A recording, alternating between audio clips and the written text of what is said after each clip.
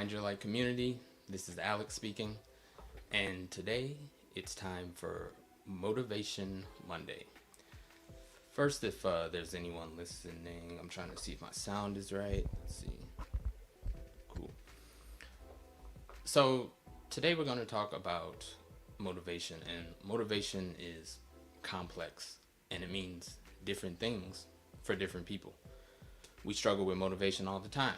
Whether it's you're trying to get motivated for some project you've been procrastinating on, or you're been procrastinating, you're trying to find motivation to do some errands around the house, or motivation to do a project at work. Like I said, it means different things for different people.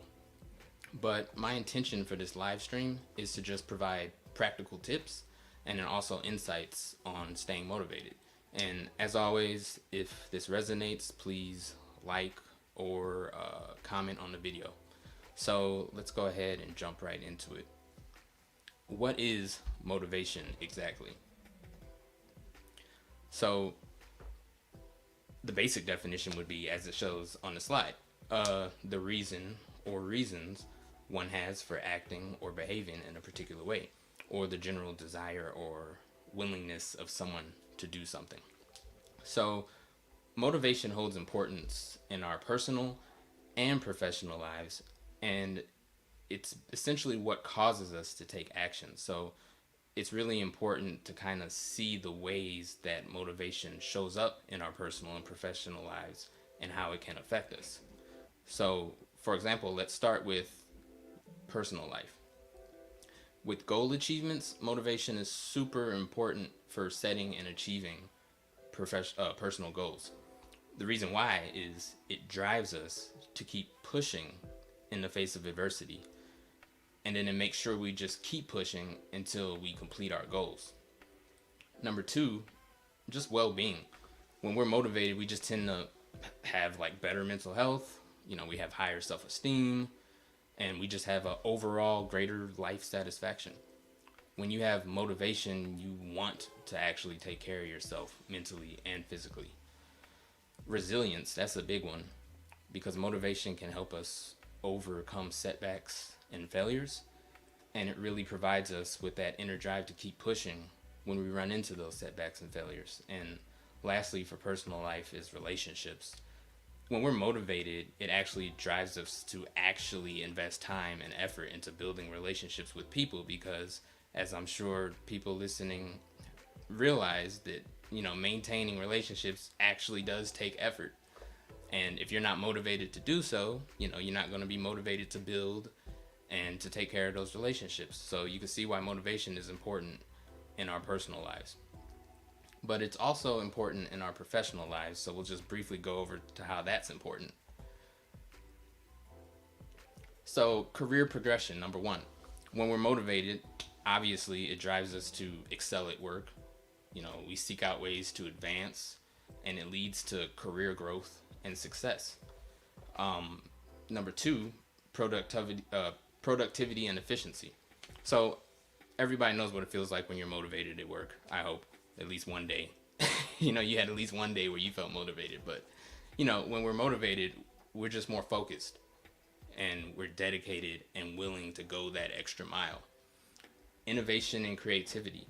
When motivated, we're just so much more likely to foster an environment for creative thinking and innovation, which can bring new ideas and solutions to the table.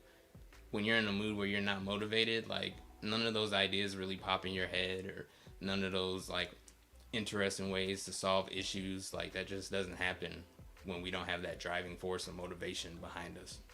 And then just job satisfaction. Usually when we feel motivation at work, those feelings are just linked with greater job satisfaction. And we tend to be motivated when we actually recognize the value of what we're doing at work. And this also can help us feel personal fulfillment with our work accomplishments. So another important thing to know is there are actually two types of motivation. One's called intrinsic, one's called extrinsic. So the easy way to remember this is intrinsic just stands for internal, and extrinsic just is for external. So an intrinsic thing would be like something that we do for internal satisfaction, like it interests us, or we're curious about it, or it provides us with a purpose and a chance to gain mastery, or it's like a point of pride for us. Extrinsic would be motivation that comes from outside of us. So it's driven by rewards, like, or just like an actual reward, like, oh, we're gonna get money for this, or it could even be like a punishment per se, like, oh, I'm gotta get good grades or else I'm gonna get the F. You know, it's something that's outside of us, something in our physical environment that's motivating us. So let's go over a few things that harm our motivation. Motivation killers, as it says in the title, are killers. These are things like lack of clear goals, uh, fear of failure, burnout. Like, have you ever had a time where you wanted to accomplish something, but you didn't really have a clear plan or a clear goal on how you wanted to attack it? That will kill motivation. Fear of failure. I know when I first started, taking courses for coaching, and then I went to get certified and everything. When I started on my coaching journey, I had a lot of fears that really kept me from getting started. I felt like imposter syndrome. I was apprehensive about putting myself out there for eyes to see, especially me, because I'm very private when it comes to social media and all that stuff. I'm very private. I like to keep things to myself. But that's something that, you know, that fear that I had, that was a motivation killer.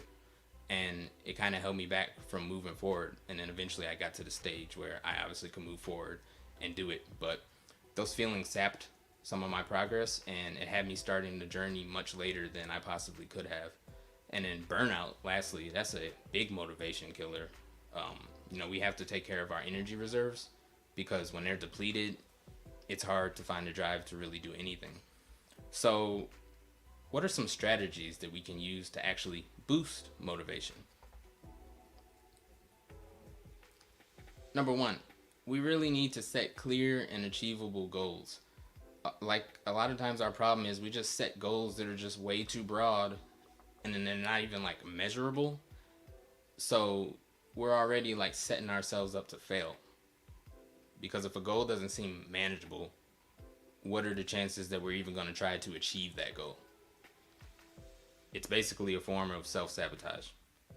So just try breaking goals into smaller, more manageable tasks. It's like if somebody was trying to, quit smoking cigarettes. It's like, don't just stop cold turkey, I mean, it's achievable to stop cold turkey, but it would be so much more beneficial to just kind of break it down into smaller, more manageable tasks. Like, oh, I had 5 cigarettes this day. Let's try to do 4 this day. And then let's try to do 3 that way. Just like slowly bring it down. That way it will allow us to not risk that self-sabotage, and we can actually follow through on our goals. So, number 2, find your why. Sometimes we have to really deep dive and reflect on the personal reasons behind our goals. We really have to like feel into ourselves and see what is exciting us with this. Like, what's driving us? What's feeding us with energy instead of like taking the energy away. So in that coaching program, my coaching program, my 90-day program, we actually call that the big MOFA. So MOFA stands for motivating factor. What's your motivating factor? My motivating factor is to help others reconnect to the light within themselves. And I always say reconnect to the light within themselves, because I believe everyone has this light within themselves that has always been there. It's just things happen over time, whether it's traumas and PTSD from other things, and then just, people getting teased at school, and then that's something we remember. And it's just like little things that build up over time that really block our connection to that light that is already within us. So my motivation is to help other people connect to that light that's always been within them. It's just reconnecting to it, essentially. So that's like a deeper purpose that fuels my motivation. That would be my why. So third, build supportive environment. So it helps to have like supportive friends or supportive family members, or you can even hire a supportive mentor like a life coach or a therapist. It's basically just helps to surround yourself with people who motivate you. And let's see here. So number 4, please, and I will mention this again and again and again and again. You might not have heard this is the first time I said this, but celebrate small wins. Just recognize and celebrate progress, no matter how small. Even if it's 1% in the direction you want to go, small wins really help with positive reinforcement, and they help remind us that we're doing okay and that we're on the right track. And then lastly, maintain a healthy routine.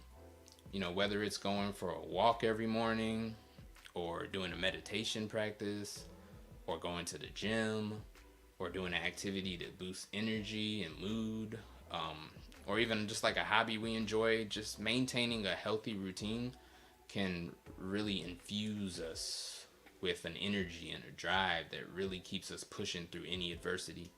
I personally, I came across this like habit app. I think it's called Habit Now or something like that. It's just this like app that I downloaded on my phone where you can actually like put in the habits that you're trying to work on, and then it'll give you reminders throughout the day on times that you set, just to like, hey, do this habit, just do this habit. And then the whole purpose of the app is when it pops up, it reminds you to do the habit, you do the habit, and then you can check it off. And then when you do that consistently, hopefully it gets to that point where it actually does become a habit, and then you won't even need the app anymore. But things like that, use any tools that you can to kind of help you to reach that goal that you're trying to get to. I try to do some type of physical activity at least 3 times a week.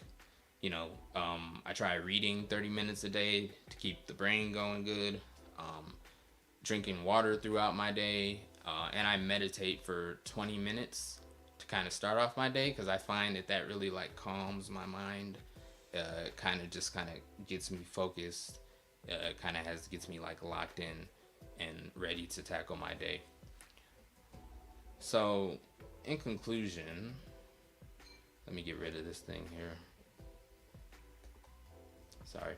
So yeah, I encourage all the people watching and the people who are watching the recording, feel free to share your own experiences on tips on staying motivated. And then I challenge everyone to really ask themselves to see what is really motivating you in your life. Like, what is your why? What keeps you pushing? When you figure that out, it's useful because it can be used as a fixed point to help drive us forward in those times that we don't feel that hope, in those times we don't feel that drive, in those times that maybe we don't even feel like getting out of bed in the morning. If you can just remember that why, that'll help you remind yourself like what you're doing it for. But a lot of times we haven't really even taken the time to really check in with ourselves to see what is our why. So it's just something that's food for thought. So I want to thank everybody for watching live. I would like to thank the people who are checking out the recording in the future.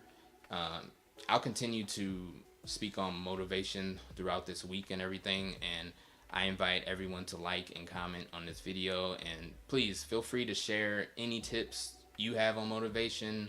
Feel free to share anything that's worked well in your life for motivation, because it would be great to share that with the community. So as always, I thank you for tuning in, and I hope you guys have an amazing week.